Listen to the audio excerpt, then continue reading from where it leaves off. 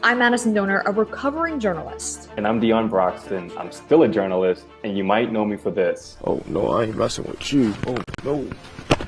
We created this podcast because we wanted to show you how this dream job can sometimes turn into a nightmare.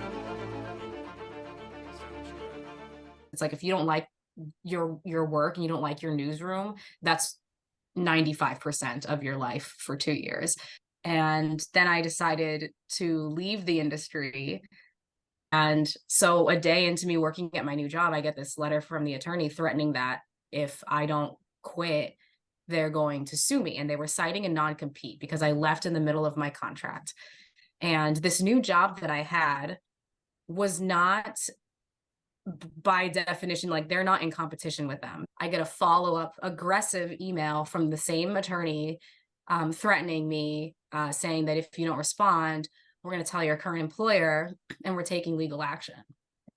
And so at this point, I'm nervous because they followed up. And usually in the posts that I see online, they don't follow up. They just kind of flex their muscle once, kind of try to scare you. And then they never really do anything with it because they really don't want to take legal action. They really don't want to spend the money on that.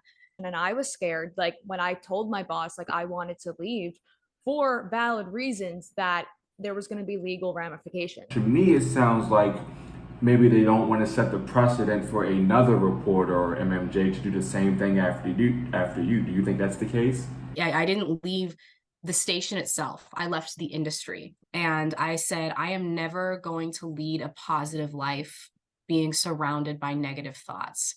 What do you think the future of journalism is? I think if something doesn't change, they're going to lose a lot more people. It's like there is a demand for good, positive storytelling, regardless of whether the news tells you there is or not. So the first year, I was trying to grow a business and telling people, please don't tell anybody that I exist.